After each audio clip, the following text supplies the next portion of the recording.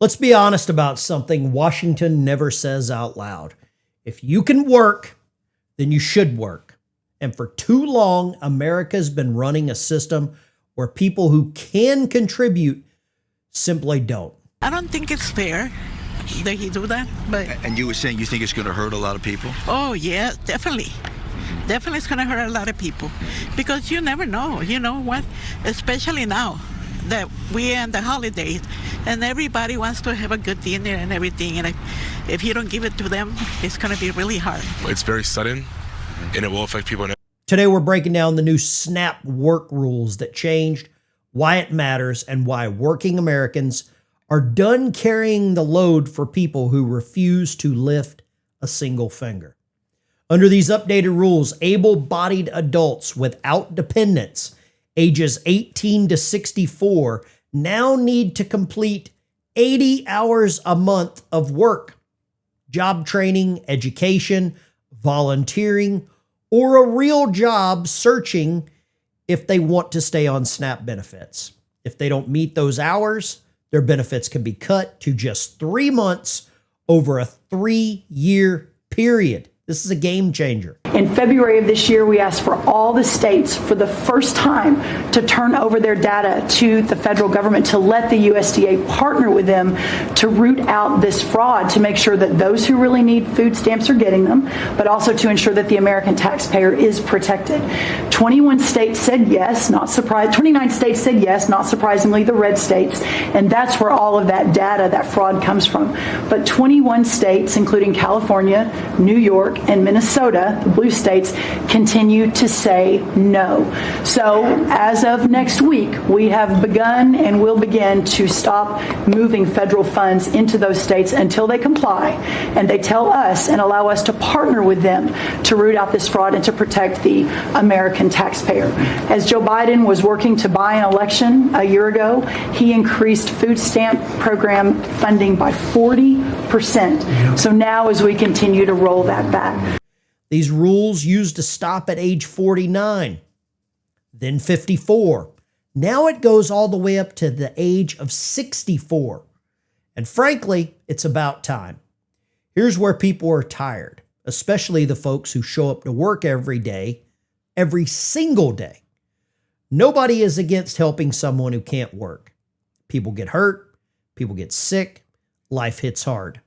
But we all know the difference between someone who can't work and someone who chooses not to work. $7.8 billion a month is all I needed to hear. Keep the fucking government closed. I'm cool with it.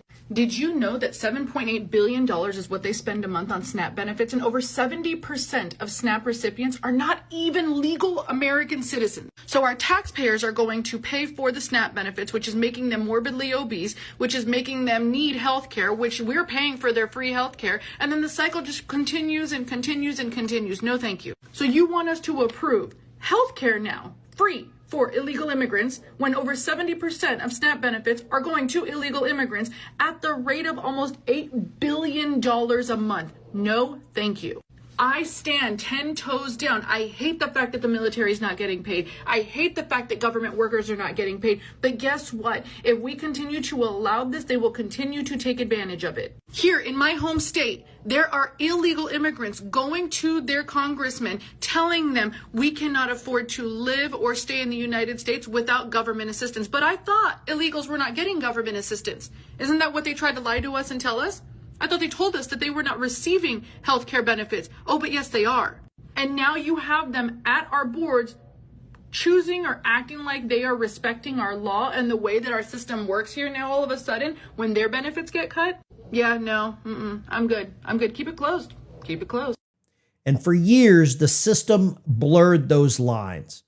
Meanwhile, you've got people waking up at dawn, putting their body on the line, paying taxes, only to watch perfectly capable adults sit at home on benefits funded by those same hardworking taxpayers. I'm sure many of you know someone. You've probably got a family member, a cousin, a sister-in-law that does this. You get up and go to work while they sleep in and drink Monster Energy drinks and smoke cigarettes all day. Stuart, I have an act, it's called the McScuse Me Act, which would disallow those SNAP benefits being used at fast food restaurants. Again, we want to make sure that those hungry families, those food insecure families actually are receiving benefits, but we want them to really use those dollars on nutrient-rich foods. And you're not going to find those at fast food restaurants. America was never built on free rides. It was built on everyone doing their part.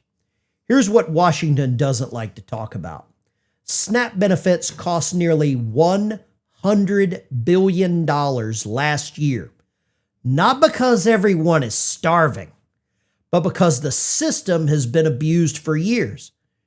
We've had benefits going to people who aren't even alive, duplicate IDs, zero enforcement, waivers handed out like candy, loopholes big enough to drive a truck through, and guess who pays when that happens? Not the people gaming the system. The people working their tails off every day. These new rules mean nothing unless the system stops rewarding people for doing nothing. At the end of the day, this is about something bigger than SNAP. Work is not punishment. Work is dignity. Work is responsibility. Work is how you earn respect from others and from yourself. And look, nobody's saying life is easy. Everybody hits rough patches, but support should be a bridge and not a lifestyle. If you're able-bodied, no dependents, and fully capable, then the expectation should be simple. You work for what you get, just like everyone else. These new rules are a step in the right direction, but they're not the finish line. If the government doesn't enforce the rules, if they keep giving waivers, if they keep ignoring fraud, then nothing changes. Right now, there's 22 states that are refusing to report the people that are receiving SNAP and EBT benefits. Refusing to report the names, the numbers of people that are receiving these benefits. Why? Why would any state not want some accountability? Why would any state want the taxpayers to be on the hook for the names of people that they refuse to give? But this message has become very clear. If you can work, then you should. We may finally start rebuilding a system that's fair to the people who actually show up every day. Thanks for watching and thinking this through with me. It's time America gets back to basic principles. If you're able-bodied, you pitch in. No more free rides. Let me know in the comments. What do you think? Should able-bodied adults be required to work for SNAP benefits? Why or why not? I read all the comments. There's a lot of young men and women that are serving their country right now in uniform.